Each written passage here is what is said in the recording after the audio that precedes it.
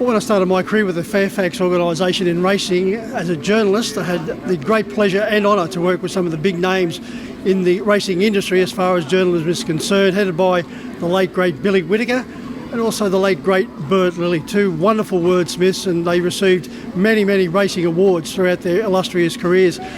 Bert Lillye's granddaughter, Virginia, has been entertaining the crowd here at Club Menangle, firstly with her rendition of I Will Rock You and also with the national anthem.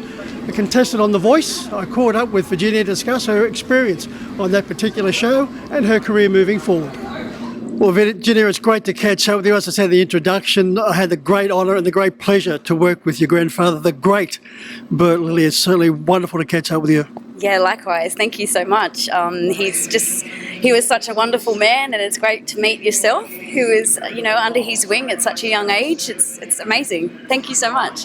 Ginny, were you ever aware of his greatness and the esteem he was held in the industry? It wasn't until he was on This Is Your Life. That's when it kind of hit home. To me and my brother, he was just always our grandfather who would cut up watermelon, and he was the man who always did the Christmas dinner. And always wore his glasses and was always in the back room just writing away, so he'd always just hear the click, click, click of his typewriter. It wasn't until that moment when we saw all these jockeys and these people come in, it was like, oh, okay, he must be all right at what he does. He also loved a beer with his many, many friends, particularly after a race meeting. Oh, absolutely. Yeah, he totally enjoyed his drink. Yeah, it was good. You're very much in line with your great-grandfather. He was a wordsmith. He told so many wonderful stories through his books and his articles in the Herald. You followed on that tradition in your way, a wordsmith, but in the entertainment business. I try to. So I write my own song lyrics and, as many lyrics as I possibly can. Also a bit of a poet, but I often think that some days he is there guiding my hand. I often have writer's block like any writer does, but with he passed away on my birthday as well. So with my grandfather passing away on my birthday, I feel that he's always on my shoulder. I'm very lucky. Don't know if I'm very good at it, but I definitely have his spirit, guiding my hand. Yeah. You appeared on The Voice, edition 9. It wasn't all a bed of roses. There was a lot of bumps along the way due to COVID. That's right, yeah. So COVID hit right in the middle of filming the 9th season, did you say it was? Yeah, the 9th season. So they had to stop production, and then they were unsure if it was going to go ahead or not.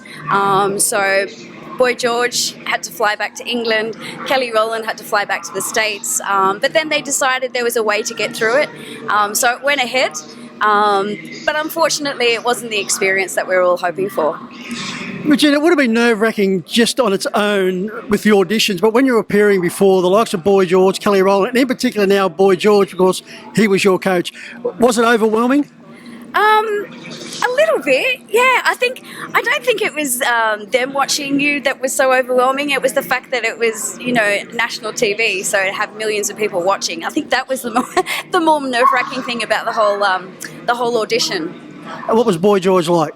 He's awesome. He's really good. He's very down to earth, very casual, very relaxed, and very giving. He was great. Virginia, when you're trying to establish a career in this very tough business, the entertainment world, particularly singing, to have COVID interrupt that career must have been heartbreaking. Yeah, look, it's been really tough. It really, really has been. Many friends, colleagues, and myself, there's been some rough days in between. Obviously, we're the first things to go. And it's a little bit sad that there wasn't such a great help for us from the government, with... Like tonight, there's a concert on for the floods, and whenever there's a disaster, all the music industry always get together and give our services for free.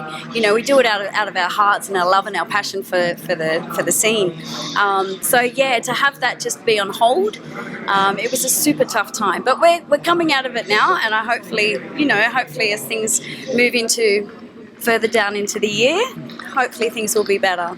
And how appropriate is you perform tonight on a racetrack? Your grandfather were looking down with such pride. Yeah, it was.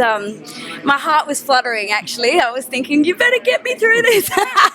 No, it was amazing. It was such an honour to be here, and I'm sure he'd be really proud. We've just witnessed the running of the Miracle Mile, history-making Miracle Mile, with King Esprit making a 3 on end. You performed sensationally before that with We Will Rock You, the Queen's great hit, and also the national anthem. Thunderous applause. It was wonderful. Thank you so much. Thank you. I had a ball. I hope to be back next year. Well, Virginia, it's been great to meet you on more than just one basis. The fact that I go back so far with your grandfather, the great Bert Lillye, but it's been wonderful to meet you. Hope the career goes well. Now, if people want to see you perform, where can they do that?